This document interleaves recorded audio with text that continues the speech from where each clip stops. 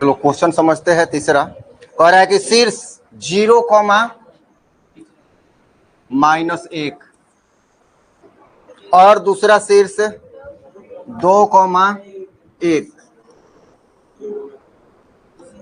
और तीसरा शीर्ष 0,3। ये 3 शीर्ष है।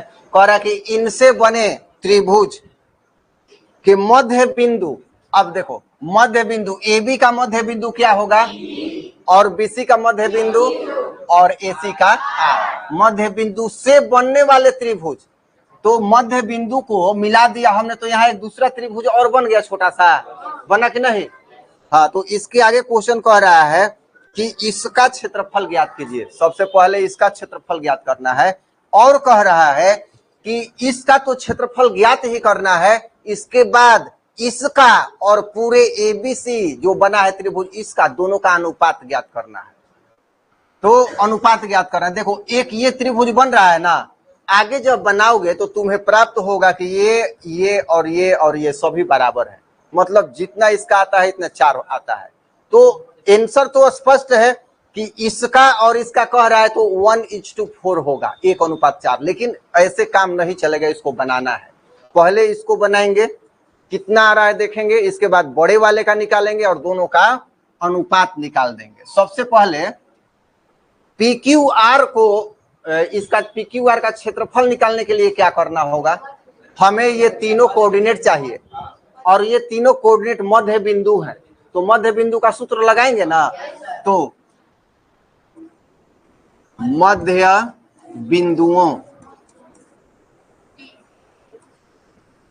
बिंदुओं में पहले लेते हैं P का निर्देशांक। सूत्र नहीं लिखते हैं हम, सीधा 0 + 2/2 -1 +1/2। तो क्या हो जाएगा, 2/2 क्या होगा, चलो फिर विस्तार थोड़ा सा कर देते हैं यहाँ। 2/2 0/2। तो अब फाइनली क्या हो जाएगा, 1,0। एगो निकल गया, इसका P का 1,0। अब Q का निर्देशांक, तो इसके लिए क्या होगा, Q का निर्देशांक 2 + 0/2, 1 + 3/2 बराबर 2/2, 4/2। कटेगा ना, तो 1,2 हो गया PQR का निर्देशांक।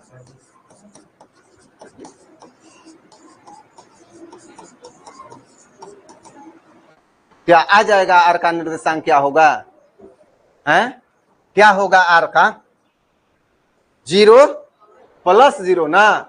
हाँ, 0 प्लस, डराना नहीं है, 0 + 0/2। बहुत बढ़िया। अब क्या होगा, -1 + 3/2।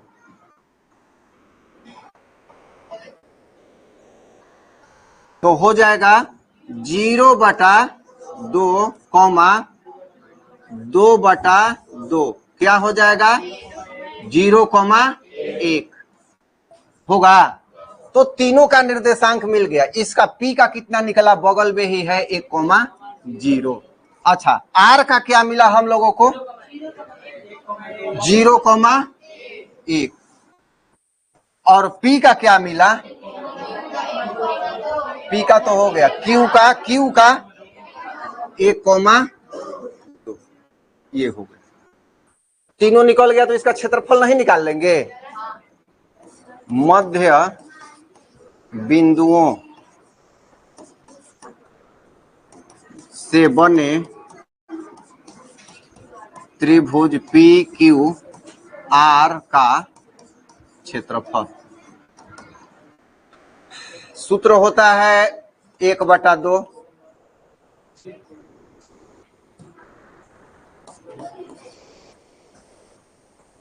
x1 y2 minus y3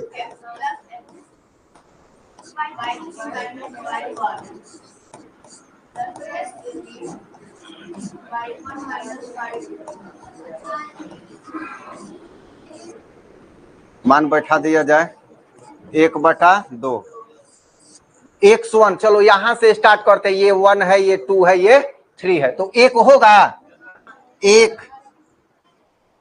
bracket में y2 तो 2 माइनस 1 हो जाएगा, 2 माइनस 1, फिर होगा प्लस। अब इस पर आते हैं तो एक y3 1 माइनस 0 प्लस 0 और 0 माइनस 2, ये हो गया। अब 1/2 है, यहां 1/2 ब्रैकेट में, तो यहां देखो क्या है, 2 में से 1 घटा कितना आया, 1, तो 1 गुणा 1 हो गया, प्लस 1 गुणा 1 यहां भी हो गया, और यहां हो गया 0, -2, कुछ भी आए तो 0 करना ही है इसको, ठीक है। 1/2 1 प्लस 1 प्लस 0 बराबर 1/2 गुणा 2, 1 वर्ग मात्र, ये आ गया इसका 1 वर्ग मात्र, किसका, जो मध्य बिंदु से बना है उसका। तो एगो तो आंसर हो गया, एगो आंसर हो गया, लेकिन कह रहा है कि अभी जो मूल त्रिभुज है उसके साथ इसका रेशियो, मतलब इसका और उसका, तो ये पहले रहेगा ऊपर, वो रहेगा नीचे, क्योंकि पहले इसकी बात कर रहा है क्वेश्चन कि बने प्राप्त त्रिभुज और पहले वाले त्रिभुज का, हाँ, तो पहले वाले त्रिभुज का भी निकालना पड़ेगा ना।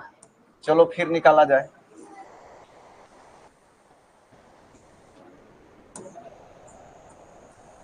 मूल त्रिभुज ABC का क्षेत्रफल, ये भी सूत्र वही होगा, x1 y2 minus y3 x2 y3 minus y1 plus x3 y1 minus y2।